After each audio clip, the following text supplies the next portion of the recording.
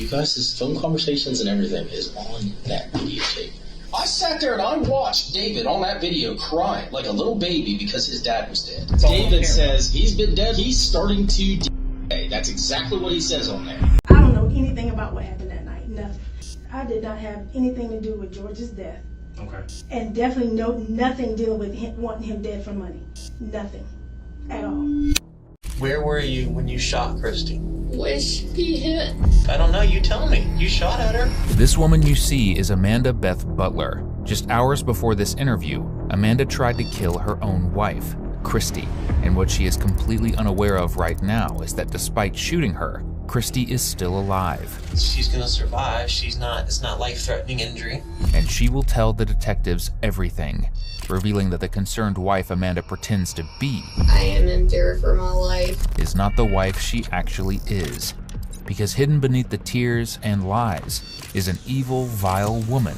Amanda, listen to me. You're not being honest with me. We have the evidence, we have the facts, we have her side of the story. But you shot her tonight. She didn't shoot you. You shot her. In the early morning hours of September 2nd, 2019, the Jacksonville Sheriff's Office responded to an unusual call. A woman, panicked, told them that her neighbor had stumbled over to her home, bleeding from a wound in her hip, and telling her hysterically that her wife had just shot her. The victim, Christy, was rushed to a hospital. Meanwhile, her wife, Amanda Beth Butler, was taken into police custody for questioning. Because after speaking with Christy, it was clear to detectives that Amanda was set on killing her that night. What she wasn't prepared for was Christy surviving to tell the tale. And it's a tale much, much worse than anyone could expect. Hey, Amanda. Hey, I'm Detective Barnhart, like I said a minute ago. Okay, this is Sergeant Goldfine. Alright, we just want to kind of go over everything and explain to you what's going on, what happened tonight, let you tell us about what you know, okay? Before we get going, ask you any questions. My side of the story matters. Well, we're going to try to get it anyway. I mean, we want to hear what you have to say. Before we do that, though, I just want to make sure I have the correct information for you. I have Amanda Beth Butler, 7585. Is that you? Okay. And 7585 is your correct date of birth? Yes, sir. Okay. Listen, before we go too far into things, we'll start talking and asking questions, okay? I want to go over your constitutional rights with you. That's something we have to do with everyone, whether they're under arrest or not. When we bring somebody in and interview them about an incident that occurred, we go over the rights, okay? I understand. Okay. Another thing I do with everybody is just to confirm that you do read and write, okay? Are you under the influence of any drugs or alcohol right now? I had a Bloody Mary about 4 hours ago, but I was sweating that out when I was... Okay. Do you feel like it's anything that should affect your ability to talk or communicate? Or? No, sir. Okay. I'm just tired as heck from hurricane prep. I'm sorry. I understand that. Detectives read Amanda her rights following this, which she's no stranger to, just like she's no stranger to a Bloody Mary. In 2013, she was arrested and charged with driving under the influence. And while that crime is a problem in and of itself, the story that she's about to unravel poses questions about how and when her behavior began to escalate. Because as you're about to see, what happened between her and her wife couldn't have been a one-time thing. And it poses the question, just how long had Amanda's wife been living in terror of being killed? An argument that Amanda fully believes police will only hear one side of, because at this point, she doesn't know whether her wife is alive or dead. And oddly, she doesn't seem all that concerned by it. And to my partner dodge the question like a politician, I'd probably be screaming like a banshee and getting into alterations too. It's notable that 20 minutes into the interrogation, Amanda has not once asked if her wife is alright, because after shooting her twice, she really expects her to be dead. So then what happened? Well, she had already shoved me a couple of times in the kitchen, and that's when I said, all right, separate bedrooms, period, for the night. We've got to just ride the storm out, and please sign these papers from February when we're through this mess. And yeah, so no, she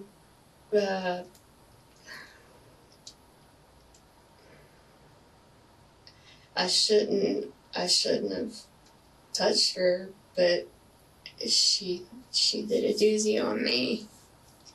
Okay. When did you pull a gun out tonight? Did you hold a gun? Did you use a gun at all tonight? I pulled a gun and told her to get the hell out of my house. Okay. At what point did you do that in the argument? Before or after she went to separate bedrooms? I mean, after she kind of went nuts here. Okay. Which gun did you pull But the Glock. out? Okay. Black Glock? The, Okay. Did you ever point it at her? Did you show it to her? I mean, what happened with the gun? I had it in the small of my bag Okay. because she was still going on and on and on about filling garbage cans of water and not helping with anything, and Okay. started Okay. So that's slicing and dicing, and Okay.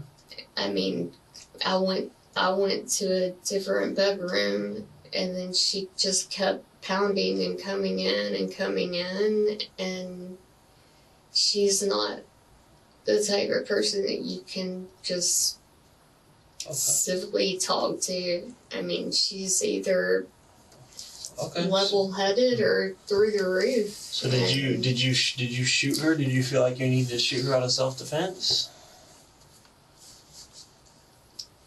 I mean, I think she would have killed me. Okay, but what I'm getting at is, that's fine. I'm trying to figure out, she got shot. How did she get shot? I mean, I think you mentioned to somebody on scene, patrol officer, somebody, that you shot her out of self-defense. Was that correct, or did you never say that? I don't know. That's why I'm asking you. I don't. Again, I mean, that's a big adrenaline rush. I understand. But she got shot with a bullet. I mean, a bullet shot her. I'm trying to figure out if it was just the two of you at the home, right? There was no one else? It was just us. Okay, so... And I had to save my life. Okay. So did you shoot her? Did you shoot Christy?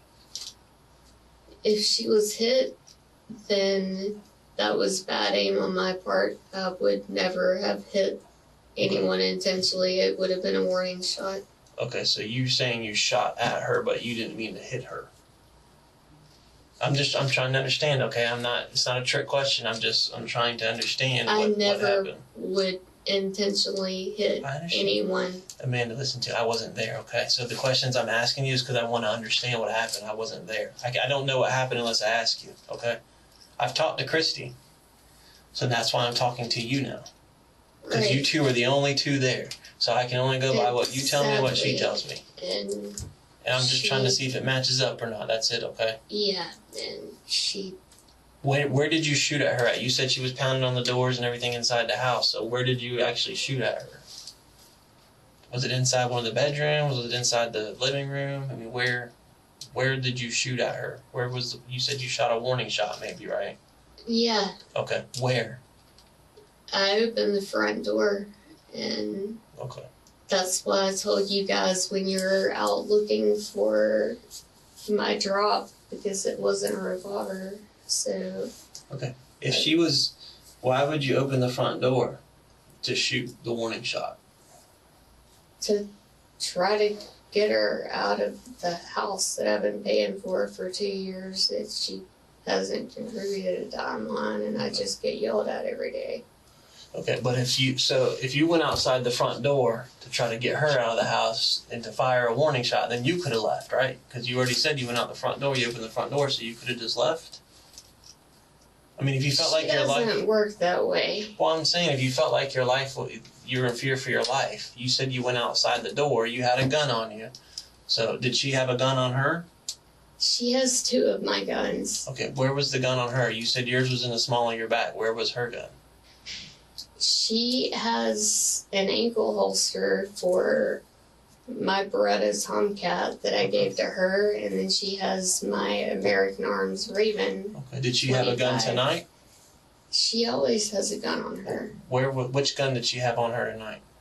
I mean, I'm assuming it would have been the Beretta, but I mean, I don't know. Like I said, I was trying to prep for the storm and... Okay. The reality of what happened behind the scenes is worse than you're imagining. According to Christy, in the midst of an argument, Amanda raced out of their bedroom and returned with a gun, threatening to kill Christy. Terrified, Christy managed to flee, racing to a neighbor's home where she was shot at twice as she ran for her life. And that's not even touching on what Amanda tried to do to Christy behind closed doors.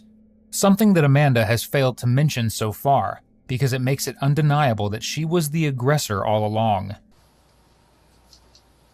Through the front door, honestly, I have no damn clue. Okay. Did you shoot a gun at Christy? Yes. Okay. How many times did you shoot the gun? I fired a warning shot, Okay. and I fired a second shot. Warning shots are fired in the sky or the ground or anywhere where they can't hurt someone. Amanda's alleged warning shot ricocheted through the neighbor's home that her wife was fleeing into, bursting through the living space with such force that it exploded out of the back door of the home. After firing the second shot that struck Christy in the hip, Amanda realized that Christy had managed to get the neighbor's attention, so she fled. That's when Christy, breathless and terrified, urged her neighbor to call 911. When you say you fired a warning shot, what does that mean? Like you fired up into the air, you fired out down at her feet? Like what do you mean? No, like up in the air. Okay. Like, where was that just when you shot that go one? Where were away. you? I mean, that was the casing that you guys should have found. At this point, it's clear that Amanda is starting to run out of excuses for firing not once, but twice at innocent people instead of calling police. What she doesn't know is that the police have been told by Christy what happened in the bathroom of the home just before she fled for her life. When Amanda returned to their bedroom with a gun, she ordered Christy to get into the bathtub, where she was, presumably, going to take her life. Realizing that that was obviously not a good idea, Christy pushed past Amanda and ran for help, saving her life. Which doesn't exactly make it sound like self-defense.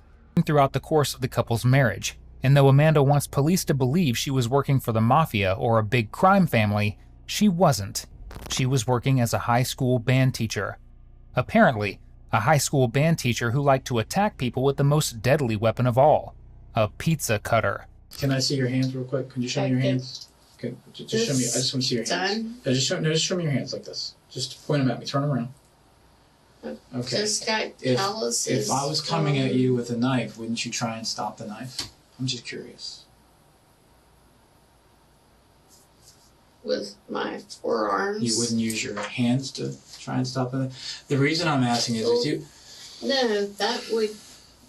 I play the See- piano and the guitar. That would be... Okay. And IT, I've got to... Okay. I've been... It's an instinct. I've been a police officer almost 13 years. And over 12 and a half years. And I've seen stabbing, okay? Let me finish. I've seen stabbing. Yeah. I've also seen plenty of people that are cutters that do superficial wounds that are not stabbing. And in my observation, those aren't stab wounds. Someone does not try and stab you. Those are someone who's tried to slash, like superficial wounds that are trying to make it look like someone stabbed. I've seen stabbing. That doesn't look like stabbing. And again, so back to that. Did you cut yourself? Officer, I did not cut myself. And if you look You don't at need to show me. the ones Those- under there So and look at the angles. We see them. you said it happened in bed in the bedroom though. So was she just laying in bed holding the pizza cutter?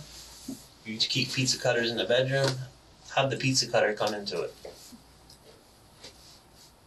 That was on the kitchen counter. I mean, Why? we had this whole little... Would she get up and go get it and then come back and hurricane. start stabbing you? You said she was in the bed, in the bedroom, Yeah, when the stabbing happened. she was in the bedroom. So she walked out of the kitchen, got it, came back, and then started stabbing you? Well, how did she get the pizza cutter to start stabbing you then? I mean, heck if I know. I mean, I told you we were in the back bedroom, Mm-hmm. and then I just said, just get out. Well, that's Please, why I'm asking. just go to the front. People don't normally keep and pizza give me cutters some in their space. bedroom, so that's why I'm asking. How did she have a pizza cutter already to start stabbing you in the bed with and cutting you? I don't know why she had Okay. a knife in there, but she always has a knife by the bed when she sleeps. So, Like the pizza cutter or a knife? I mean, I have a Gerber. I know. I'm just I've trying got to a get in my long head knife, why so she would have used she a pizza. normally, she doesn't like A sleep pizza alone. cutter seems like a really bad instrument to try Well, and cut you. I don't understand. It's just, I'm assuming she grabbed, I have like this, it's like a bouquet of knives essentially by the microwave, and I'm assuming she just grabbed something and said, I'm gonna be in here alone tonight, and I don't. Alright, Amanda, listen. Is there anything else that you want to tell me that's going to help support your side or your cause in this? Because here's what you're up against right now, okay? All the evidence, bullet casings, everything matches up to Christy's side of the story. And there's not really a whole lot that matches up to your side of the story, okay? So you're going to be charged tonight. Okay? So that's your wife, so you guys in a domestic partnership. So it's aggravated battery, it's a domestic, it's a domestic aggravated battery. And then you're gonna have multiple counts of shooting into an occupied dwelling too. There was an entire family in that house that bullet went through the front door of. That bullet went through the front door, skipped off their floor, through a couch, through the back wall, all the way through the house. Why? Is there anything you don't understand about that?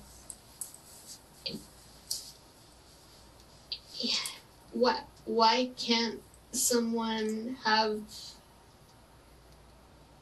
a few hours to process all of this before you're drug in?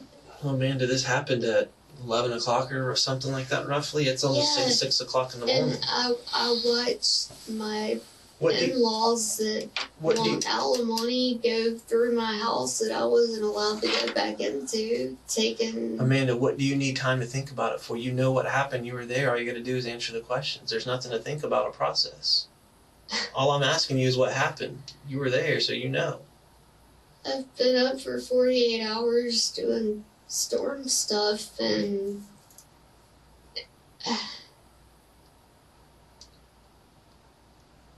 Well, Amanda, you made some bad decisions tonight, okay? You shot at someone who was unarmed, fleeing from you, and you're trying to claim self-defense. It's not gonna hold up. I'm just letting you know it's not self-defense.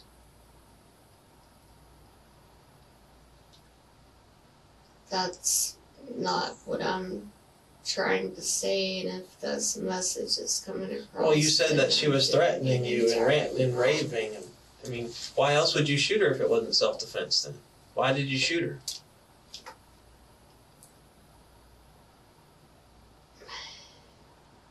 I'm an excellent shot. Okay. I wouldn't have shot her hip or grazed her hip if I wanted to shoot her. Okay. But that's what happened. I don't know how to undo what happened. What happened. So how can you explain that? If you're an excellent shot, then why is there a shot that went through the neighbor's front door all the way through their whole house? You're saying if you're an excellent shot, then you must be saying you meant to fire that shot through their house. You meant to shoot around right through the middle of their front door? You just said you're an excellent shot. No, this is getting out of hand. Amanda. I do want an attorney. Okay. Fair enough. If I can't be honest and real with you guys. Okay, well, I've explained to you I'm what you're being charged with, right? Can you please explain this to me? We just did, Amanda. We did it for like an hour and a half. I still don't I still don't get it. I mean, we've been fighting for a while, and We'll be back in a minute.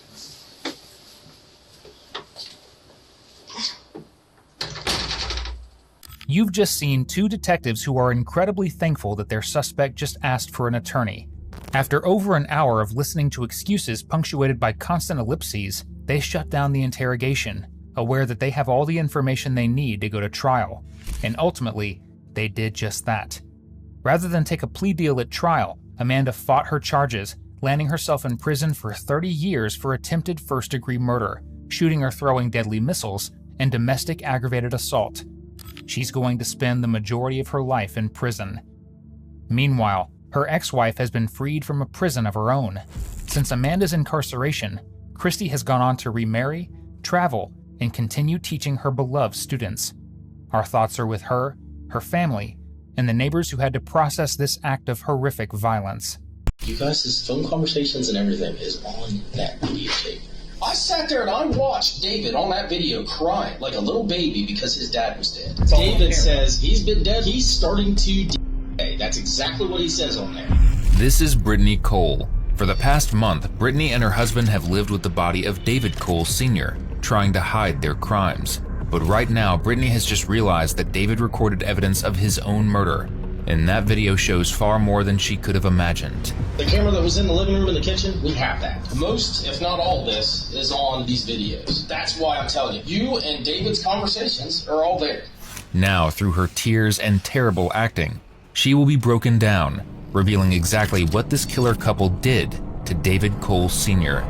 What happened to Dad? What happened to him? Be straight honest with me. I can tell you want to tell me.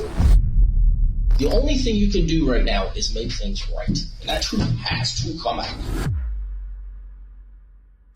On February 10th, 2025, police in Ohio received a 911 call that made a shocking claim. There was a body hidden in a shed behind this quaint family home. When police raced to the home and checked inside the shed, they discovered the decaying remains of 80-year-old David Cole Sr. He had been wrapped in a tarp and left to rot there for nearly 2 months. But even more shocking was who police suspected to be behind his death and concealment: the owners of the home, his son David Jr., and David's wife, 37-year-old Brittany Cole. The two had been David Sr.'s caretaker for several years, but had recently been telling people he moved to a nursing home in another town. What they didn't know was that the cameras in their home told a different story, and had captured not only the last moments of David Sr.'s life, but their plans to conceal him. Clearly that wasn't the case. Immediately, David Jr. and Brittany were taken in for questioning regarding how his body ended up in the shed. But that question was just a precursor to the real question they needed answered. How had he died in the first place? The footage you're about to see takes place during Brittany's second interrogation. Detectives read her Miranda rights and get down to business. Now, we have a lot to unpack here, because as they'll soon discuss in detail, Christmas was no holy night in the Cole household. Actually, the surname alone is an indication of what their stocking should have been full of. And not just because Brittany is eager to throw her husband under the bus, who, we feel it's worth mentioning, did cover up the incident, but wasn't a part of the initial planning. Because her text messages, calls, and the footage inside their home showed a woman with absolutely no remorse. A woman who, no matter how hard she tries, isn't going to be able to wiggle her way out of footage of herself planning to conceal a body. Okay. The mattress cover was ordered after January 8th, and though Brittany would like to claim that it was just for a bedbug-related incident, texts between her and David prove otherwise, because for several days after he found the body on January 8th, the two discussed in depth, on camera and through text, how to cover up the smell. What did he tell you he did? I'm sure you asked him if Dad's in the shed. You probably asked him, like, tell me about this. I did, but all he said was, don't worry about it. Okay. Well, I've been with my wife for a while, and I know that that's not how spouses' conversations go. Okay. It shouldn't be, no. What did he say happened? He didn't tell me. He just said that he found him dead. Okay. Did he say any details about that or anything like that? No. So when the cops get there, they bang on the door, and what do they say to you? They said they got a phone call that Dad was in the shed. Okay. And I was like, okay. And my husband speaks up, and he's like, no, he went with his brother in Columbus. Okay. Why didn't you tell him Dad was in the shed? Again, my husband's anger isn't nice. Okay. Like, he's never put hands on me and my daughter. Don't think that. But he has had violent outbursts. He has depression. Okay. And it comes out in the form of anger. I gotcha. Like I said, when I come home from school on the 8th, it was like you asked if What do you think happened to Dad? What do you think happened to him? I honestly do not know. I don't know if it was natural cause. I honestly don't know. I mean, what do you think happened to him? I mean, has your husband been acting weird or anything like that? He has, yes. Tell me about that. He started smoking. Okay. And he hasn't smoked in 2 or 3 years. He hasn't had the want or the need. Okay. I come home from school and he's puffing on a cigarette like it's candy. I'm like, is everything okay? And he's like, yeah, I just can't believe he's gone. Okay. He's like, I'm an orphan now. Okay. And I'm like, and I had asked him about a funeral, and he said he wasn't going to have one because we really went into debt paying for his mom's. I'll ask you again. What do you think happened to Dad? I mean, it's possible that my husband did something, but I wasn't there, and I don't What know. would he have done if he did something to him? Anything, to be honest. Okay. I do know that he would tease my daughter's boyfriends. Okay. I don't know how true it is. Okay. But he said he knew a piece of land where he could hide a body and it wouldn't be found. Okay. Now, listen, Brittany. A lot of the questions that I ask you Yes, sir. are questions that I already know the answer to. Okay. Yes, sir. So some of those questions, quite a few of those questions that I've asked you, you're not telling me the truth on. Okay? We're going to go over those, all right? And I'm going to give you a chance, okay, to tell me the truth on these things. Okay. Okay? You got a lot going on, Yes. all right? My biggest thing is Dad, who you take care of and you obviously care about, Yes. I want to know what happened to Dad. Sure, Matt? Okay? So, tell me again when you knew Dad was passed, when he was dead. I mean, I found out January 8th. Okay. Once again, I'm asking you and I'm telling you that a lot of the questions that myself and Detective Ruff are asking you, Yeah. I know the answers to. Okay? So, what he's getting at, okay, you gave us consent to look at your phone. Yes, sir. What do you think we found on your phone? There could be anything. No. What would we have found on your phone? I'm not asking you because I don't know what's on your phone. I'm asking you because I know what's on your phone. He knows what's on your phone. You know what's on your phone. We want you to tell us what we found. Because we don't want you to sit here and lie to us. Like, this is, like, we had our conversation the other day. We've had our conversation today so far. And we're not here to play games, okay? We want some closure, okay? I'm sure you do. I'm sure I do. David Jr. does. But we want to know the truth. And when did you find out that David Sr. had passed? What do you think we found on your phone? Probably text messages. Okay. And what text messages do you think we found? I had asked a friend of mine about body removal. Okay. Who's the friend? Caitlin. Okay. So, when was that? Was that on January 8th, as soon as you found out? No. Remember, we know what's on your phone. No, we know the dates. We want you to tell us. It was in December. So you knew in December. Not that he had died. I thought he might be getting close. Okay. But I didn't know that, and I was asking how I went because David gets very angry if I have other men in my phone. Caitlin is not a girl. Okay. Who is Caitlin? Caitlin is a guy named Frank Talbert. Frank what? Tolbert. Okay. So, why would you ask somebody before a person died how to remove a dead body? I was asking how I go about it because I've never had to do that before, and he works for a mortician. Okay. I wanted to get a sense of how I would go about it just in case. Brittany, you realize that there is nobody on the face of this earth that is going to believe a story like that. You work in the healthcare system. Yes. You know when people die, I'm saying what at happens? home, though, I've never experienced. Be straight and honest with me. Yes, sir. Before you guys take off to Florida, is he dead already? Be straight with me and be honest with me. Is he dead already? No, not that I was aware of, no. And No. Not that I was aware of. When you guys leave for Florida, is Dad dead? Be straight and honest with me. It doesn't matter if you knew about Dad being dead on the 8th or if Dad was dead in October. It's still the same. Was Dad dead before you guys went to Florida? Yes. Okay. And I knew that answer. Okay. That's why I'm trying to tell you. Brittany didn't just text her husband about the murder. She made a classic killer's blunder. She Googled incriminating things as well. In this case, she searched how long before a body starts to smell on Christmas morning, right after she killed her father-in-law. Apparently, that's not something they teach you in nursing school.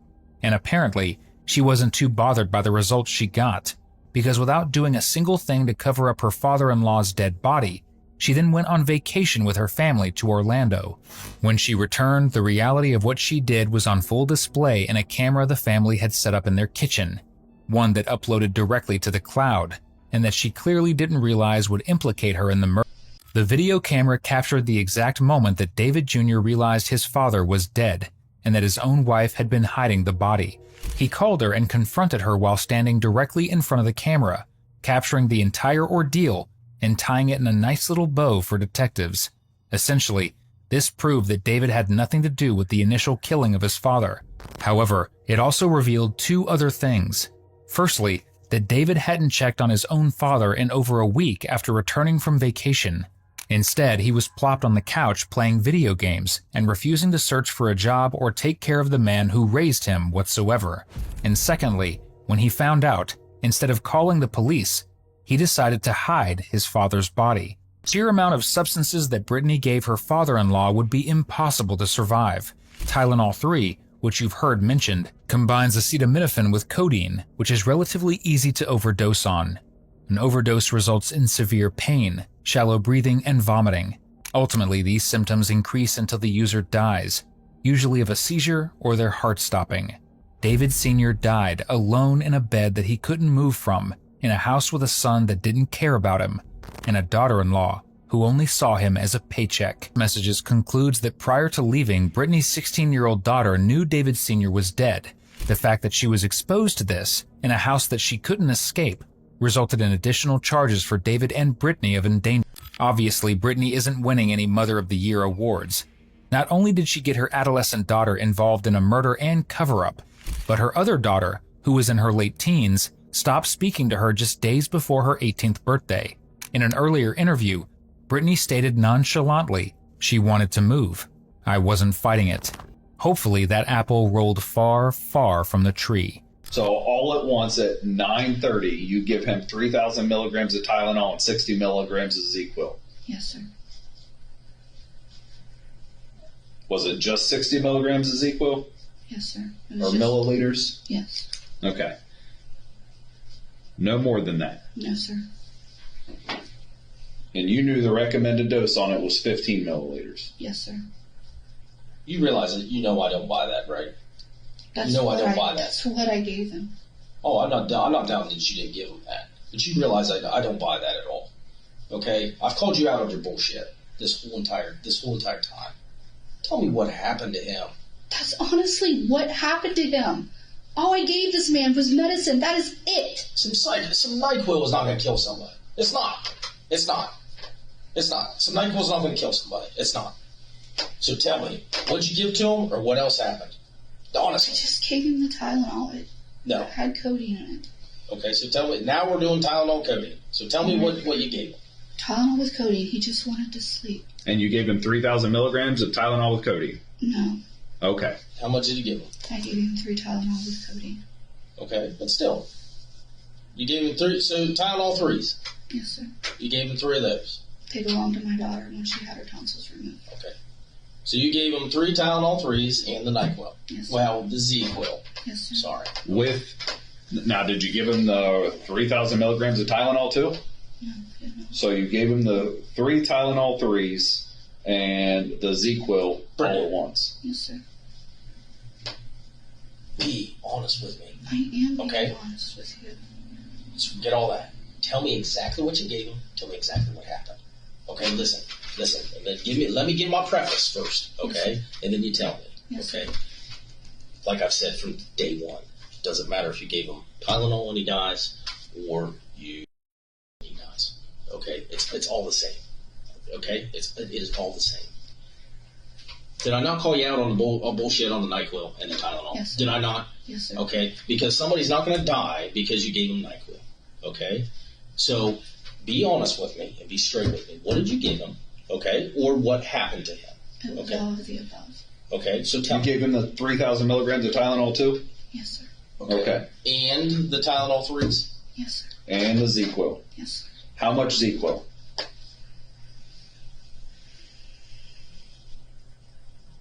See, you're contemplating it. You don't need to think about it. You know how much it was. How much was it? Brittany, he's got a talk screen. All that's going to come out. Okay, we got that. It should be coming at any time now. We're going to know exactly what's in there. So if you say you gave him, you're not telling me something, it's going to show up on this talk screen. No, it was just the Tylenol 3s, and the Z-Quil. How much? It was like 3 or 4 cups of the Z-Quil. Wait a second, Brittany, whoa. Let's stop here, okay? You don't give a guy a freaking half gallon of NyQuil, a half bottle of Tylenol, and a quarter bottle of Tylenol 3 because you think he can't sleep. No, that's what he was telling me. But you know that that's not what's going to happen. I know, and he kept What saying- happens? You knew what was going to happen with that concoction. And I tried to tell him that. I did. What did you tell him? I told him that if he kept taking stuff, that it would cause issues, and he would. No, you didn't say issues. It would hurt him. I said it would hurt him. That is what I told him. Listen. I wish to God there would have been a camera in there because you could have seen what happened. What happened then? That's what I'm telling you happened. I gave Every him time medicine. we get like this, you're like, man, this is what happened, this is what happened. Medicine. And then what happens is we talk for another 20 minutes, and then we come back, and then, oh, hey, guess what? We're going to add this to it now. So what else did you give him, okay? And what happened to him? And be straight. If you gave him NyQuil, it's the same as if you took and you strangled him, or you did whatever else you did to him. So you need to be honest. It doesn't matter if you gave him 1 Tylenol 3 or you gave him 100 Tylenol 3s. It's all the same. You see? Yes. So what happened? How many and what? At 9:30, I gave him 60 milligrams of the Z-Quil and 3 Tylenol 3s. Okay. At 11, when I went to check on him, he complained that he couldn't sleep and he was still in pain, Okay. and asked if he could have more Tylenol. You gave him more Tylenol 3s. I gave him more Tylenol 3s. I told him How many? it was another 3. Okay. So he's got 6 Tylenol 3s Yes. within a how many period of time? 2 hours. Okay. Okay. So then to keep going. I gave him that. I told him it could hurt him. And I Okay. told him that there would be repercussions. His exact words to me was, I don't care, I'm in pain, I can't handle it, and I want to see Janet. Is he Obviously, yes. He threatened to several times, including in front of my daughter. Okay. You knew, listen to me, you knew when you gave him 6 Tylenol 3s, 6 Tylenol 3s, I know what would happen. within a 2-hour period, what would happen? Yes, sir, I know. What would happen? He would die. So you knew by giving him 6 Tylenol 3s, he would die. Yes, sir. What happened? He died. The motive of this case wasn't just annoyance with having to care for someone, even though that was quite literally the exact job Brittany was signing up for. It was money. David Sr. was earning $2,300 a month from his Social Security checks. When you factor in that Brittany had just stopped working, and David Jr. hadn't worked in God knows how long, it becomes clear why Brittany murdered David Sr. Because it meant more money in her pocket and less work. though Brittany isn't quite ready to admit that. Have you guys, you or David or both of you, cashed any of his Social Security money or any of his stuff? I believe David did. Don't tell me, I don't do believes, okay? David did. Okay, tell me about that. He went and he used it for bills. Okay. Well, did he know that his dad was dead? After the fact, yes. Okay. Any other money of your dad's that? He doesn't get any other money. Just There's Social no Security? life insurance or anything like So that. there would have been $2,300 at the end of December after he was already dead, and then there would have been $2,300 at the end of January when he was already dead. So there's 2 times, or is there more?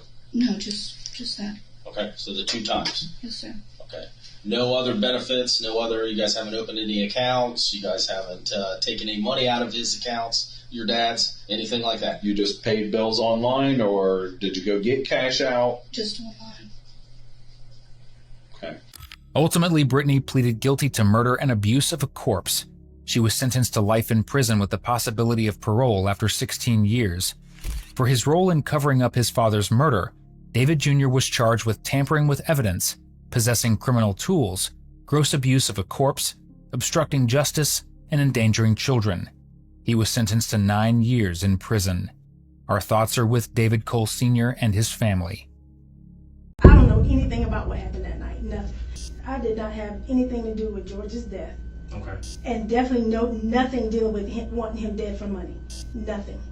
At all. This is Tia Young, the prime suspect in the murder of her own husband, George Young.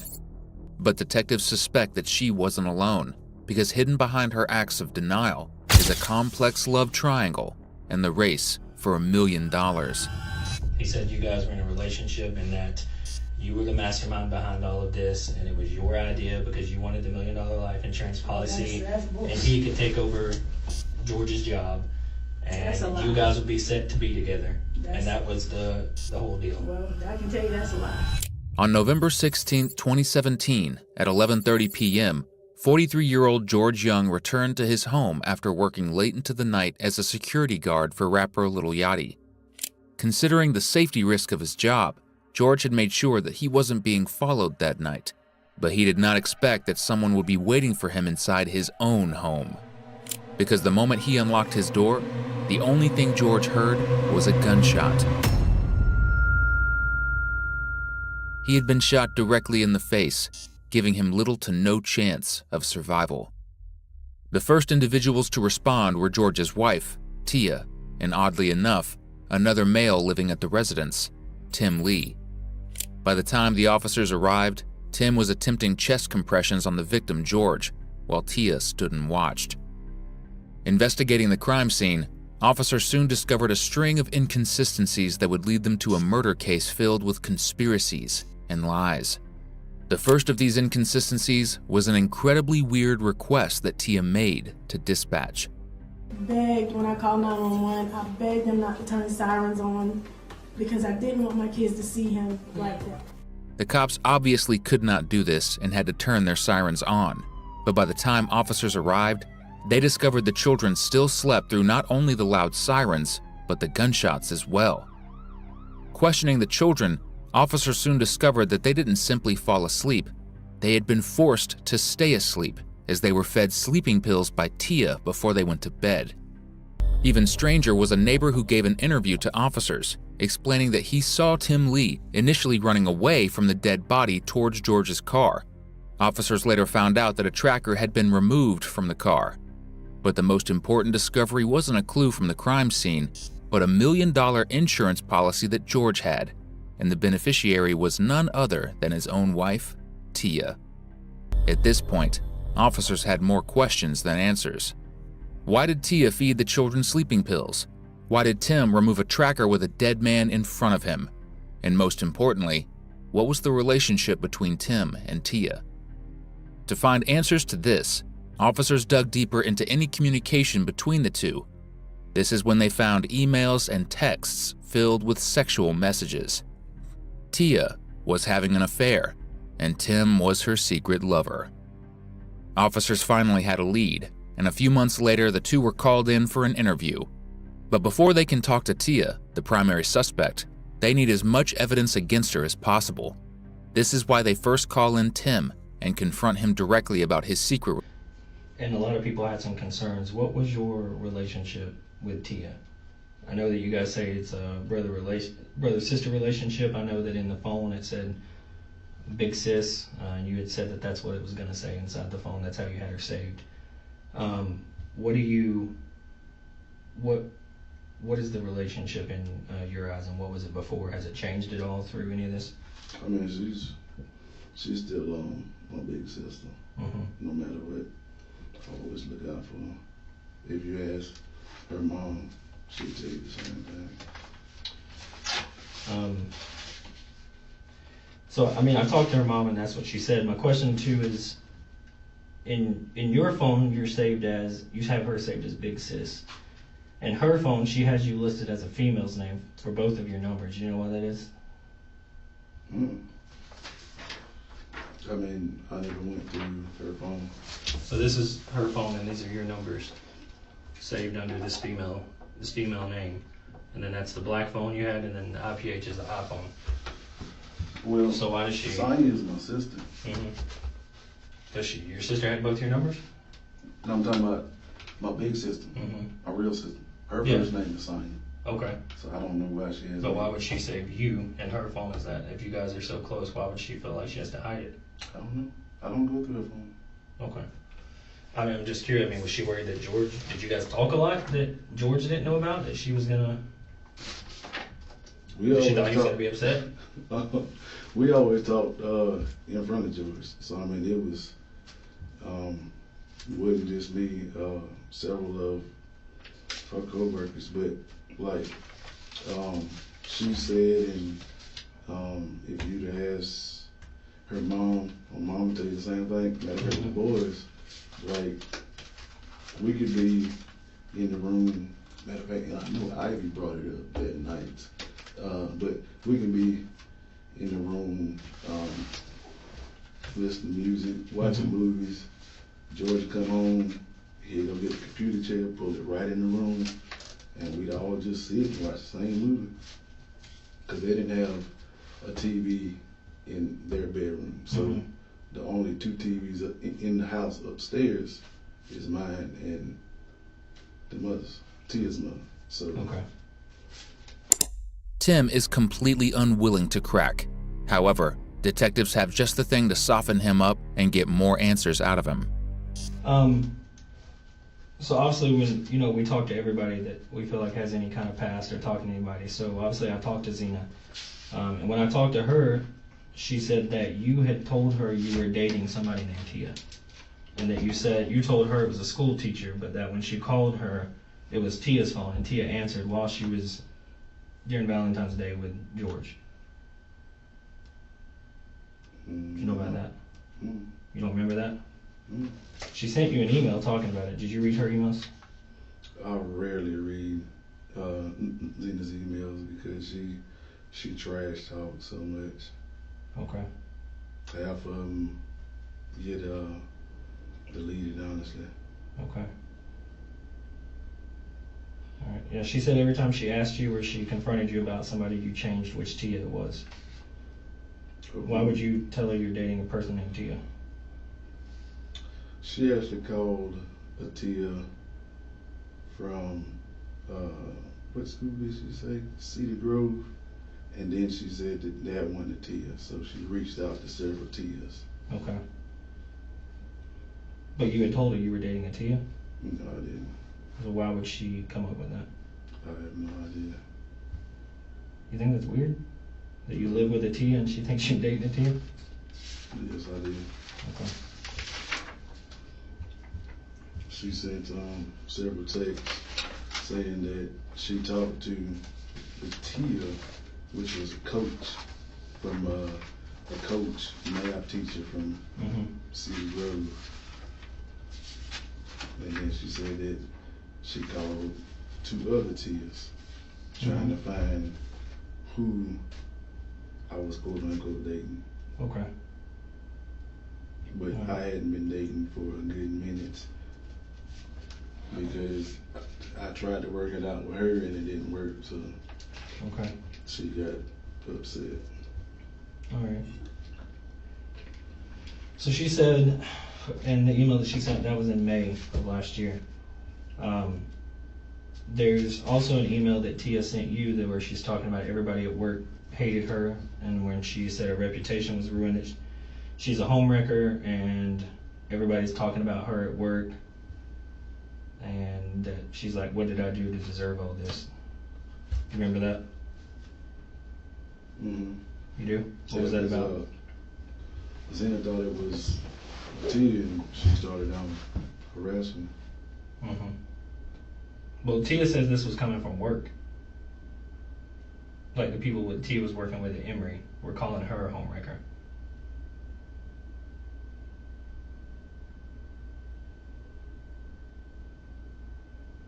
From what Zena said, she said that she found another Tia that worked at the hospital.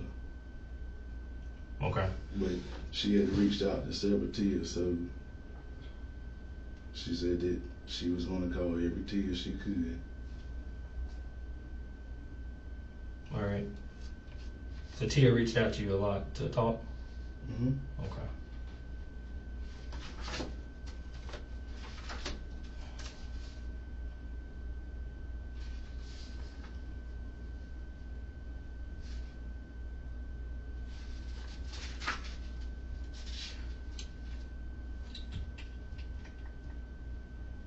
So, like I said when I remember that we had your phones before, I told you we can get everything that's deleted, right? Mm-hmm. Okay. So in that, obviously I have those emails. I have all those emails that Tia had sent you, okay? And in those emails, she talks about yours and hers relationship. And talks about how good you are sexually. From Tia? Mm-hmm.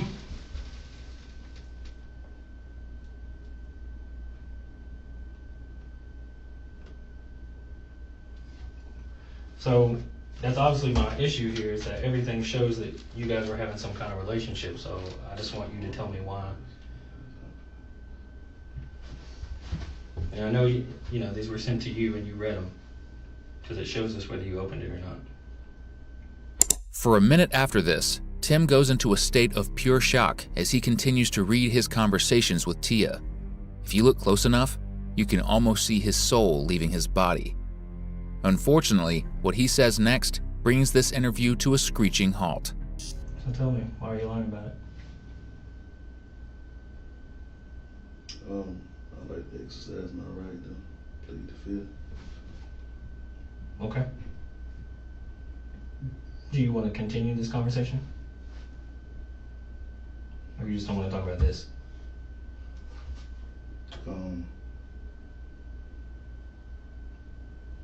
If I can go, or if I can contact my own attorney. Okay. At this point. Do you have an attorney? No. Okay. All right, let me talk to her right quick and then we'll work on that, okay? By pleading the fifth, Tim invoked his right to have an attorney present. But that doesn't matter anymore, as officers have determined that Tia and Tim's relationship was far more than platonic. Now with the evidence stacked against Tia, they call her in for an interview.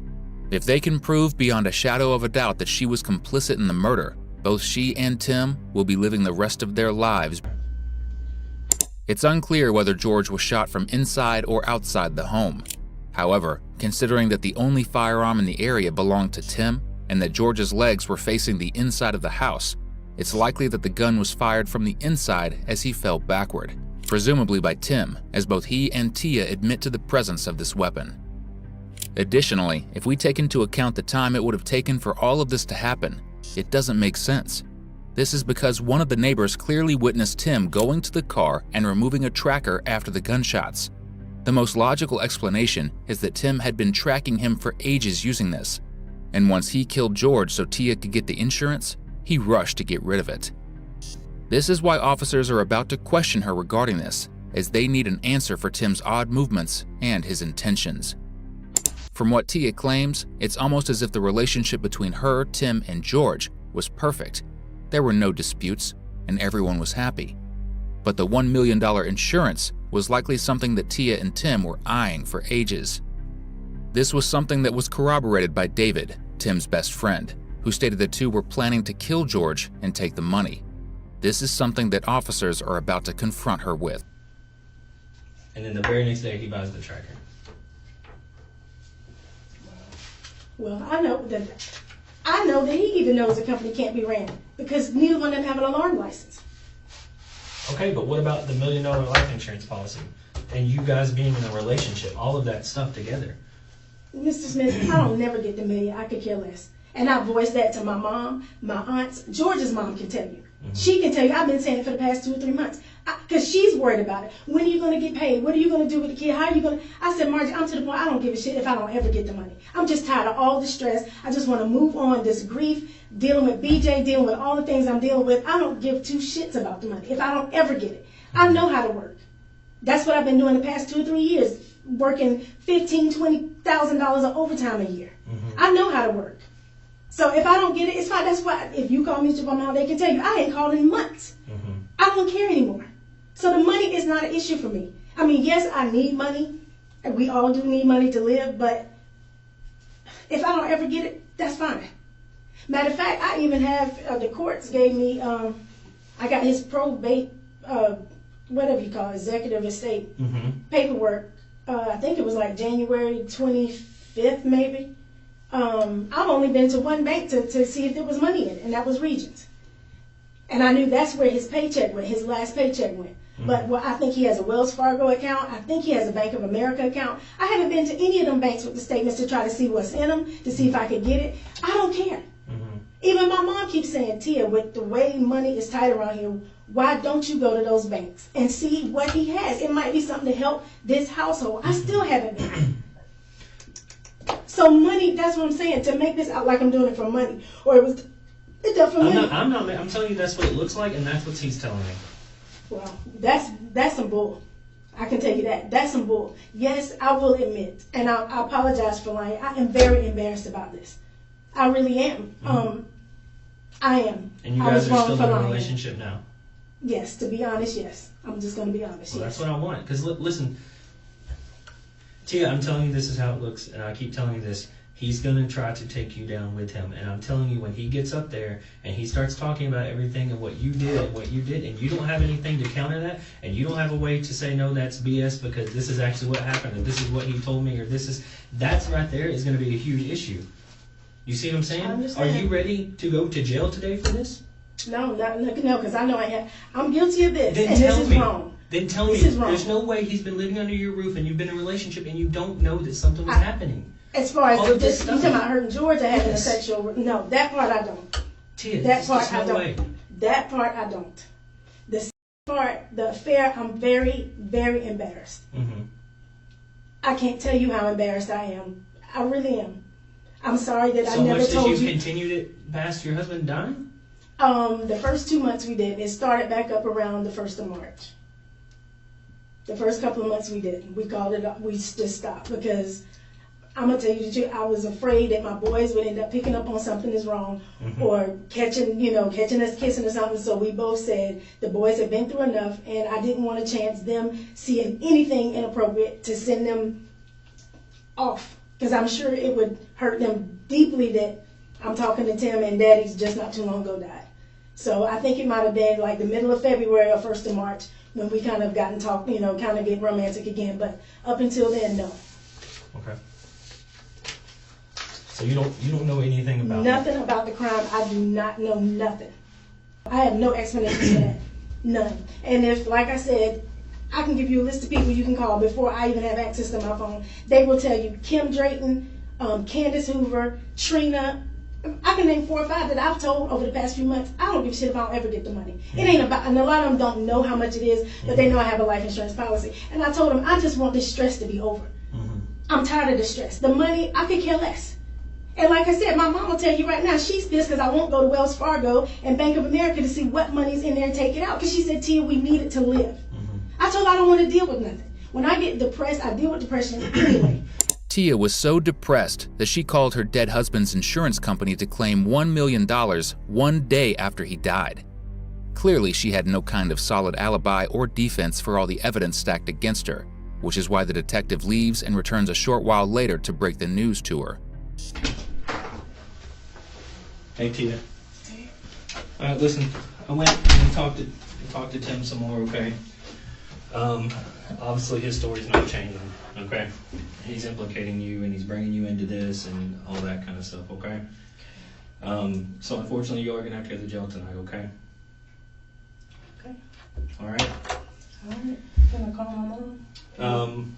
Well, let me ask them and see what they want to do, and I'll let you know right quick. Okay. Just wait right here for a second.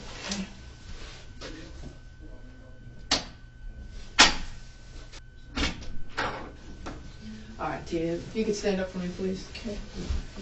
Turn and face the wall. If you want to take off your visitor pass. Okay. All right. You don't have anything in your pockets, do you? My keys. Your keys? Okay. Where's your cell phone? It's in the car. In the car? Okay. If you want to just put your hands on the wall. That's fine. I don't know much about what's going on, okay, but I know if you have anything on you that could be deemed a weapon or anything like that, you could get in more trouble. Yeah. Okay, you don't have anything on you? No. Not even like a dime bag weed or nothing like that? No. Okay. Separate your feet for me. Okay.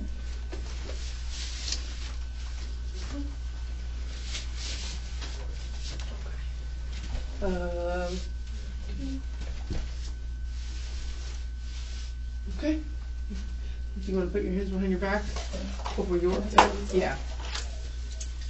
I will get you a bag, and put all your property in it. All right.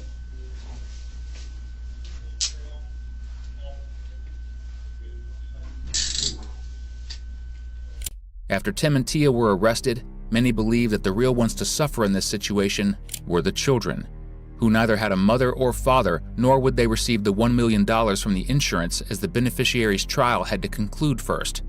There were fears it would take years before the children had money to live off. Fortunately, a GoFundMe was set up to support the children, and just 2 years later, George's killers were brought to justice. On April 15, 2019, Tim was sentenced to life in prison without the possibility of parole, as they were found guilty of malice murder, felony murder, and aggravated assault. As for Tia, she was found guilty of the same charges, with an additional charge of tampering with evidence. Consequently, she was given life in prison with the possibility of parole.